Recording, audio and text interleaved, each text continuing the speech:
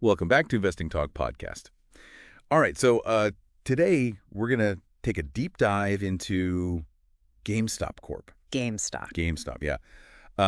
And, we've got like a whole stack of information here, company overviews and recent performance data and reports on their financial health and like what the overall market sentiment is and, who they're up against, the competition and what people are thinking about, what their future looks like. And of course, we can't forget about the whole short squeeze thing back into 2021.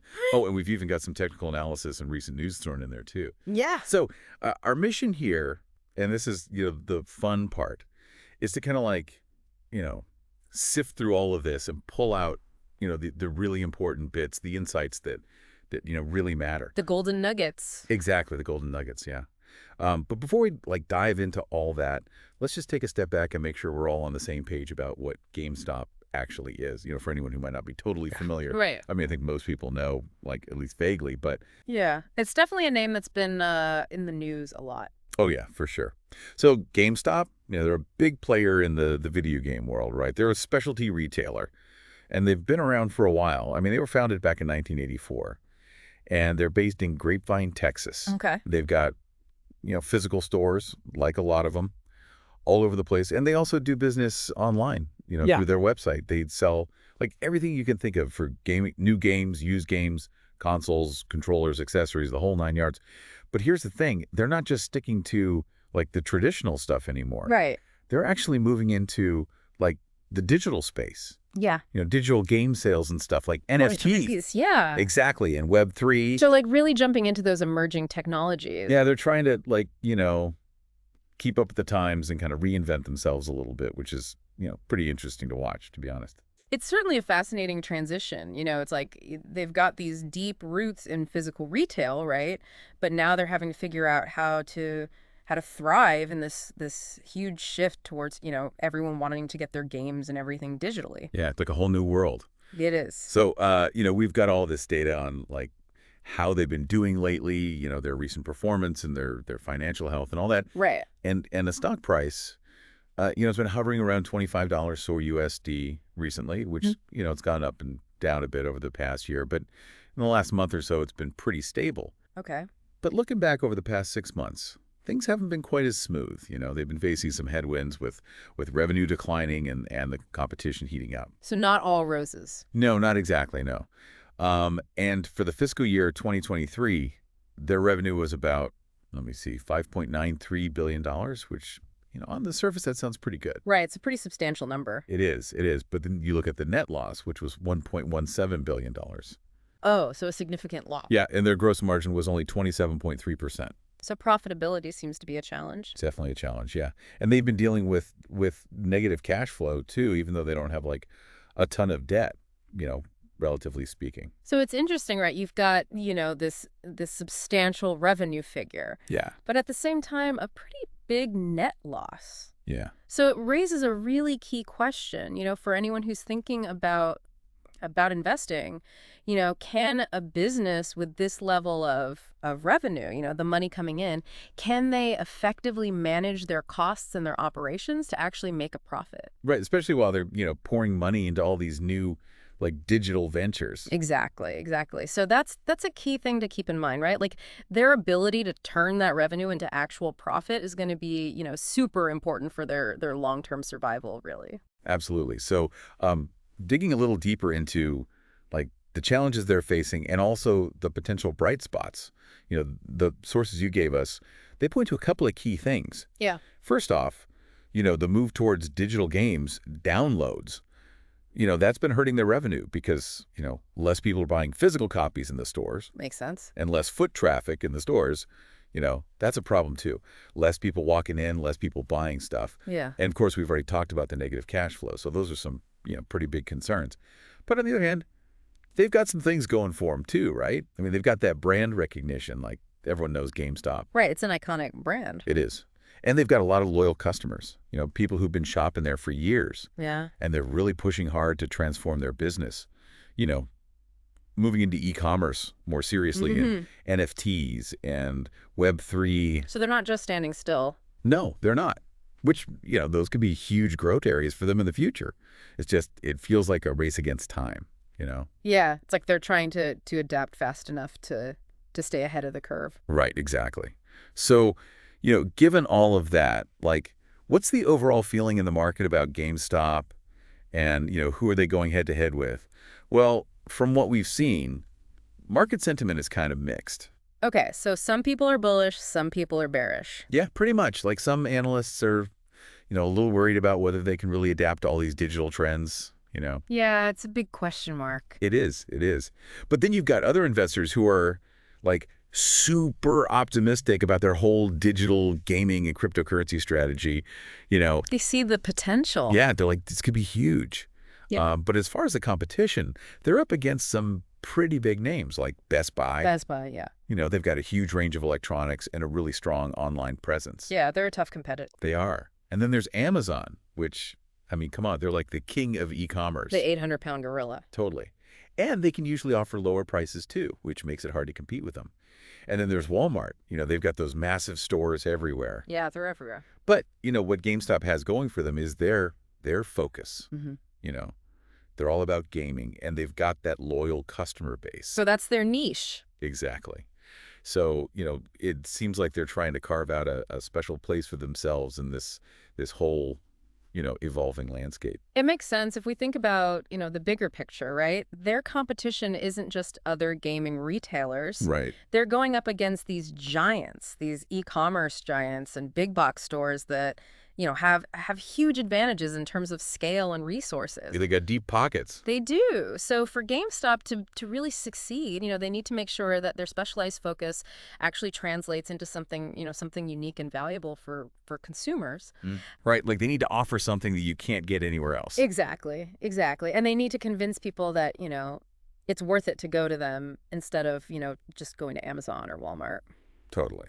Okay, so now we have to talk about like the elephant in the room, the short squeeze back in 2021. Oh, yeah, that was a wild ride. It was insane. I mean, it's kind of legendary at this point. It really captured the public's imagination. It did. So the materials you shared, they give a pretty detailed breakdown of what happened. Right. So basically, the stock price just exploded. It went from like around $17 to over $193 in January 2021. It was vertical. Yeah, it was crazy. And a lot of that was driven by everyday people, retail investors who were coordinating their buys on platforms like Reddit. Yeah, the power of the internet. It was amazing. Yeah. And basically, they forced these hedge funds that had shorted the stock, bet against it. Right. They forced them to cover their positions at these super inflated prices, way higher than they ever expected. So they got squeezed. Yeah, big time. And by March 27, 2025, a few years later, the stock was at around $28.36. Still significantly higher than before the squeeze. Yeah, which suggests that, that whole event really had a lasting impact on how people see GameStop and how much interest there is in the stock. And it's fascinating to think about, right? Like a group of people online were able to create this massive market event. Right, like they had this collective power that nobody really anticipated. And what's also interesting to think about is, the long-term effects, right? Not just on the stock price, but on the company itself. Right. Because it definitely brought them a ton of attention, introduced them to a whole new group of potential customers. We'll put them on the map in a whole new way. Yeah, exactly. And actually their revenue did go up after the squeeze, right? It went from like $5.094 billion in 2021 to $6.01 billion in 2022. Yeah. So at least initially, it seems like all that buzz, all that attention, might have actually helped their sales. Yeah, it makes sense. I mean, more people were talking about it, more people were aware of them. Right.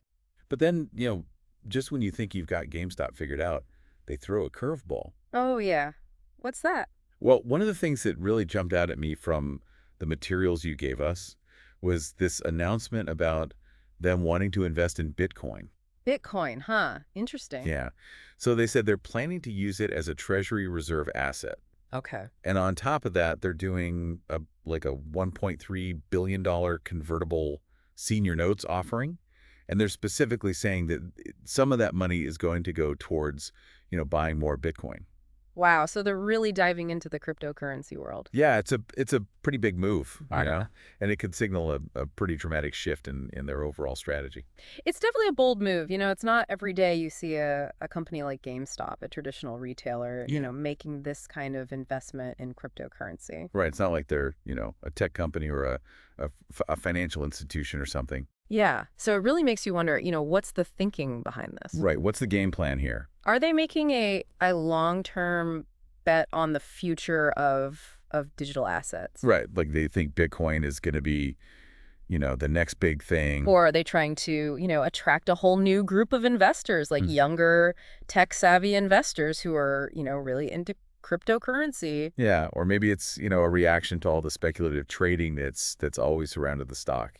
Right, maybe they're trying to, ride that wave. Yeah. Who knows? But whatever the reason, it definitely adds a whole new layer of complexity and potential volatility Yeah. to their, investment profile. It's like they're adding another layer of risk, but also another layer of potential reward. Exactly. Yeah. Okay, so let's switch gears for a second and talk about the technical analysis, Yeah. what the market's trading activity might be telling us. Okay, so looking at the charts. Yeah, looking at the charts. Mm.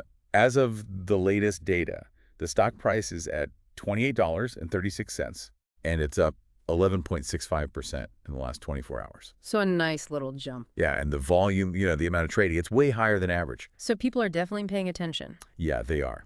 And the price is currently above its 50-day moving average, which is around $23.50. Okay. But it's still below the 200-day moving average, which is closer to $30. So mixed signals there. Yeah, a little bit mixed. And then the RSI, the Relative Strength Index, is sitting at about 60, Okay. which suggests that, things are kind of neutral to maybe slightly overbought. So not too hot, not too cold. Right. So taking all of that together, based purely on the technical stuff, it looks like a hold recommendation right now. Not a screaming buy or sell? No, not yet. Yeah. It's like the charts are saying wait and see. Yeah, it's interesting, right? Because, when you look at those indicators, they often kind of reflect the uncertainty that we've been talking about, with the fundamentals. Yeah. Like that recent price surge and the higher volume.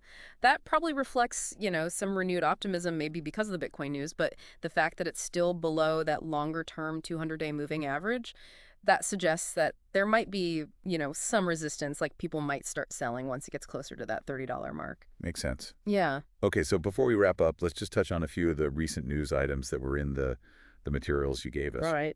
So besides the whole Bitcoin thing, which we already talked about, one thing that stood out was that they've closed over 400 GameStop stores in 2025. Wow, so a lot of stores. Yeah, which really shows you, how much the shift to online shopping is hurting their traditional retail business. Yeah, it's a tough reality for brick and mortar stores these days. It is. And of course, that whole short squeeze back in 2021, it's still having an impact, it's still influencing how investors feel about stock, and it's definitely contributing to the volatility, the ups and downs. Yeah, it's like that event is still casting a shadow. It is. It is. And just for reference, their current market capitalization is about $11.16 billion. Okay. And their price earnings ratio is around 131.49. So a pretty high PE ratio. Yeah, especially considering they've been losing money. Yeah, it's interesting, right? Because that high PE ratio, especially in light of the recent losses, it probably reflects, that there's still a lot of speculative interest in the stock. Right. Like people are betting on the future. Exactly. And they're betting on their ability to successfully make this shift to these new technologies. Right. So taking everything into account, all the information we've gone through. Yeah. It seems like GameStop is a company with a really strong brand. Everybody knows them. Right. But they're in the middle of a huge digital transformation. Yeah.